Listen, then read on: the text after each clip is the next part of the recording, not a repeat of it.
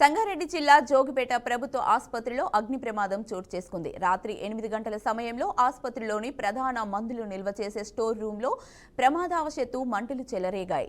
దీంతో అక్కడున్న ఆసుపత్రి సిబ్బంది మంటలు ఆర్పే ప్రయత్నం చేశారు. అయినా స్టోర్ రూమ్ అప్పటికే పూర్తిగా దగ్ధమైనట్లు తెలిపారు.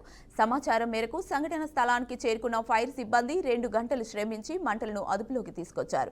సుమారు 2 లక్షల విలువ చేసే మందులు దగ్ధం అయినట్లు జిల్లా DCHS అధికారి వెల్లడించారు. పోలీసులు కేసు నమోదు చేసి దర్యాప్తు చేపట్టారు. అనుకోకుండా సడన్ గా ఫైర్ యాక్సిడెంట్ జరిగింది. మోస్ట్లీ పాసిబుల్లీ అది షార్ట్ సర్క్యూట్ లాగా అనుకుంటున్నాము. దానికి సడన్గా వచ్చి వెంటనే మనం ఫైర్ సిబ్బందికి ఇన్ఫార్మ్ చేశాము. వాళ్ళు వెంటనే రెస్పాండ్ అయ్యారు. ఫాస్ట్గా వచ్చి మొత్తం ఫైర్ని కంట్రోల్ చేశారు. ఒక్క రూమ్లో ఉన్న మెడిసిన్స్ మాత్రం కొంచెం మొత్తం కాలిపోయినాయి. బయట హాల్లో అక్కడంతా కూడా స్మోక్ వచ్చి కొంచెం డ్యామేజ్ అయినాయి. వెంటనే ఆర్డీఓ గారు రెస్పాండ్ అయ్యారు. కలెక్టర్ మేడం కూడా రెస్పాండ్ అయ్యారు. మినిస్టర్ సార్ కూడా వెంటనే రెస్పాండ్ అంతా టీంని అంతా అలర్ట్ చేశారు. పోలీస్ సిబ్బంది అందరు వచ్చారు. మనకు అందుకే చిన్న దాంతో మనం బయటపడగలిగాము.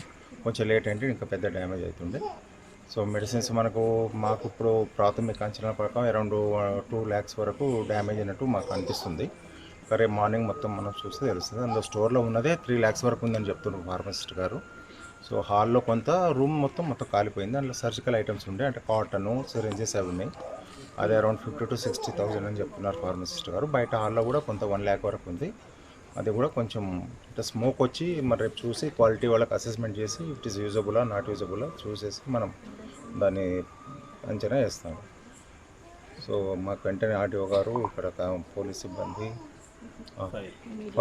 ఫైర్ వాళ్ళు చాలా తొందరగా వచ్చారు. అరౌండ్ 8:30, 9 మధ్యన స్టార్ట్ అయిందండి. వెంటనే హాఫ్ అన్ అవర్లో వాళ్ళు వచ్చేసారు.